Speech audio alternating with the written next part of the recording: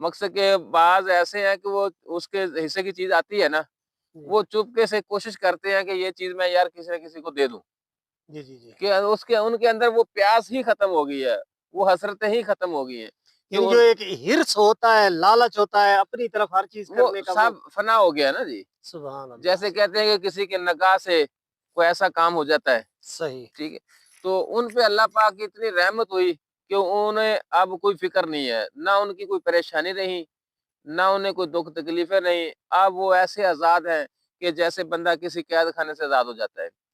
تو خواہشات دنیا جو ہے نا، یہ سب سے بڑا ایک گڑھا بھی ہے اور قید خانہ بھی ہے۔ تو جب انسان ان خواہشاتوں سے باہر آتا ہے نا، تو وہ آزاد ہو جاتا ہے۔ تو جیسے ایک پرندہ، اس کو آپ نے قید کر لیا، تو جب اس کو آپ رہا کرتے ہیں، آزاد کرتے ہیں، اس کی خوشی کا عالم کیا ہوتا ہے، تو وہ تو اس کو پتا ہے نا جی۔ تو اس لیے ہم خواہشاتوں میں دبے ہوئے ہیں، خواہشاتوں میں قید ہو گئے ہیں۔ تو جب ان خواہشاتوں سے نکلتے ہیں تو ہم آزاد ہو جاتے ہیں، ہمیں کوئی پریشانی نہیں ہوتی۔ پریشانی تو یہی ہے نا کہ یار ہمارے اچھے کپڑے ہوں، اگر کپڑے اچھے نہ ہوئے تو کوئی کیا کہے گا، جی ٹھیک ہے، جی اچھا کھانا کھاؤں، اچھا گھر بناؤں، یہی خواہش ہے نا۔ جی تو جی جب یہ بالکل، ختم ہو جاتی ہے، آپ کی جو دوڑ ہے، بھاگ دوڑ، وہ بھی ختم ہو جاتی ہے، اور کافی حد تک انسان کی پریشانیاں بھی ختم ہو جاتی سب ہیں۔ کو ختم ہو جاتا ہے نا جی، اس میں ریلیکس ہو جاتا ہے آدمی، ٹھیک ہے۔ پھر وہ کھانے کے ایک روٹی کا مسئلہ ہوتا ہے نا، تو وہ تو اللہ نے وعدہ کیا، وہ تو دینا ہی دینا ہے، وہ ہر حال میں دینا ہے، آپ بورے میں چلے جائیں، کہیں بھی چلے جائیں، وہ رزق آپ کے پیچھے چل کر آئے گا، وہ ملنا ہی ملنا ہے۔ ملنا ہی ملنا ہے، ہر اچھا حال میں بابا جی، کئی لوگ نا یہ ایک سوال اٹھاتے ہیں، وہ کہتے ہیں جی کہ آپ نا سرکار علیہ الصلوۃ والسلام کی مثال دیتے ہیں نا، ملنا۔ امام الانبیاء علیہ السلام کی جب آپ مثال دیتے ہیں، تو ان کی مثال دینے کے اندر یہ ہے جی کہ اس وقت یہ سہولیات موجود نہیں تھی، تو اب میں کہتا ہوں کہ اس وقت بھی تو کیسر و کسریٰ کے شہنشاہ ریشم کے کپڑے پہن رہے تھے، نہیں نہیں، سونے کیوں کے نہیں، کنگن پہن رہے تھے، کیوں نہیں تھی آسائشیں تو اس وقت بھی موجود یار؟ تھی۔ آپ تبع رسول میں پڑھے تو صحیح، جی جی اللہ وحدہ لا شریک اپنے محبوب کو کیا کہتا ہے، کہ محبوب بتا کیا چاہیے؟ جی تو جب خدا کہتا ہے بتا کیا چاہیے، تو کیا اس ٹائم وہ چیزیں مہیا نہیں ہو سکتی تھی؟ اس وقت کے بادشاہوں کے پاس بادشاہیاں نہیں ہوتی تھی، سب کچھ ہوتا تھا، ہوتی تھی لیکن بالکل ہمارے آسائش، نبی پاک صلی اللہ علیہ وسلم نے وہ شاہی نہیں لی، جی جی اس کو پسند نہیں اس نے فرمایا۔ پسند نہیں فرمایا، اس نے عرض کی، اے اللہ مجھے ایک ٹائم بھوک، ایک ٹائم کھانا چاہیے، بھوکا ہوں تجھے پکاروں، اور کھانا کھاؤں تیرا شکر ادا کروں۔ تو ان کو سبحان وہ اللہ، اپنا اتباع رسول یاد نہیں ہے، وہ حدیث ان کو یاد نہیں ہے۔ یہ سب لوگ ایسے ہی کرتے ہیں کہ کہیں نہ کہیں طریقے سے مقصد کہ اس کو جائز قرار دے دیں، دنیا کے عیش و آرام کو ہاں جائز اس قرار کو دے کسی دیں۔ طریقے سے جائز قرار دے جی دیا جی جائے اور یہ ہم سارا کچھ جو ہے نا جی اکٹھا کر لیں۔ اچھا بابا جی، ایک تو یہ ہے نا جی کہ لوگوں کا یہ جواب ہوتا ہے جی کہ وہ تو سرکار علیہ الصلوۃ والسلام کے دور میں تو یہ سہولیات نہیں تھی، چلے اس کا جواب آپ نے دیا کہ آسائش، نمود و نمائش اور یہ ریشم کے کپڑے اور سونے کے کنگن اس وقت بھی موجود تھے، ساری آسائشیں موجود تھیں، اور وہ کیسر و کسریٰ کے شہنشاہ استعمال بھی کر رہے تھے۔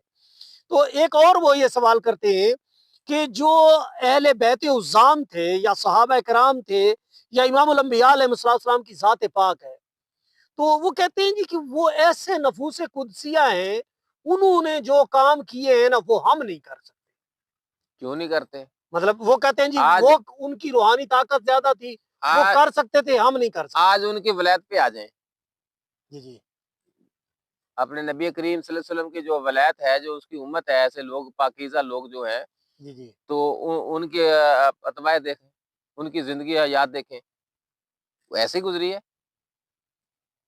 یعنی انہوں واقعے نے میں گزری ہے، ایسے ہی گزری ہے، آسائش کو پسند نہیں سائز کیا۔ کو پسند نہیں کیا۔ ہم دیکھو، ہم آپ کے سامنے ہیں، کسی اور کی طرف نہ جائیں، ہم آپ کے سامنے ہیں، ہم نے سب شاہی چھوڑی نہیں، سب ہاں عیش و بالکل آرام چھوڑی نہیں۔ بالکل، آپ بتاتے ہیں نا کہ تو بہت ہی کیا کہ ہمیں ہم نہیں چل رہے دنیا میں پھر رہے، ہم نے تو وہ ایک ایک چیز سچ ثابت ہوئی مجھے اپنے اس زندگی میں آنے سے کے بعد، جو میرے نبی کریم صلی اللہ علیہ وسلم کا فرمان تھا، جو قرآن کا فرمان تھا، وہ ایک ایک بات جو مجھے سچ ثابت ہوئی ہے، کیونکہ میں اس سبحان میں سے گزرا ہوں۔ سبحان اللہ، تو اور الحمدللہ جو بولتا ہوں گزر کے بولتا ہوں، ایسے نہیں کہ پڑھ کے نہیں، گزر کے بولتے ہیں۔ ہم نے اپنے کریم اللہ کو دیکھا ہے، بہت قریب ہو کے دیکھا ہے، اور بہت خوشی محسوس ہوتی ہے جب آپ اپنا لقمہ بھی کسی کو دے دیتے ہیں۔ سبحان اللہ، سبحان اللہ، یہ تو آپ کر کے تو دیکھیں نا، کہ آپ کو پتا چلے گا، جو آپ رات دن پریشانی کے عالم میں رہتے ہیں، جتنی دولت آپ کے پاس جمع ہوتی جائے گی، پریشانی بڑھتی جائیں گی، ٹھیک ہے، آپ کی اولاد سانپ بنتی جائے گی، ٹھیک ہے۔ تو جب آپ یہ جس کا حق ہے اس کو حق دیتے جائیں گے، بلکہ یہاں تک کہ کسی کا جو سفید پوش بندہ ہے نا، اس جی کو دینا تو کسی بہانے سے دینا ہے، کیونکہ وہ صحیح، لینے سے بھی دریغ کرے گا، ہاں بالکل ایسی کسی بات نہ ہے۔ کسی بہانے سے دینا ہے، کسی تحفے کے تحت دے دیں یا کسی نہ کوئی ایسا کوئی بہانہ بنا کے اس کو دے دیں، ٹھیک ہے، تو تاکہ اس کی مدد ہو جائے۔ تو سبحان پھر اللہ۔ دیکھنا کہ آپ کی زندگی میں سکون کتنا آتا ہے۔ لوگ کہتے ہیں جی جادو ہو گیا، جی فلان ہو گیا، جی ہم مصیبتوں میں پھنسے۔ او بھائی مصیبتوں میں جادو میں نہیں پھنسے، سب سے بڑا جادو خواہشات دنیا ہے آپ کے پاس جو پھنسی ہوئی ہے، جس میں آپ مبتلا ہے نا، وہ خواہشات دنیا ہے، تو وہی آپ کے لیے عذاب بن چکی ہے۔ جب آپ نے اللہ اور اللہ کے محبوب کے فرمان کو ہی انکاری ہو گئے ہیں، ان کے فرمان کو ہی نہیں مانا، تو آپ کے گھر خوشیاں کیسے آئیں گی، کیسے سکون آئے گا؟ جب آپ فرمان بردار ہوں گے، فرمان کو مانیں گے، اللہ پہ بھروسہ کریں گے۔ سورہ بقرہ میں یہی تو اللہ کہہ رہا ہے کہ جس نے دکھ درد بھوک پیاس میں میرا شکر ادا کیا اور مجھ پر بھروسہ کیا، وہ میرا خاص بندہ ہے۔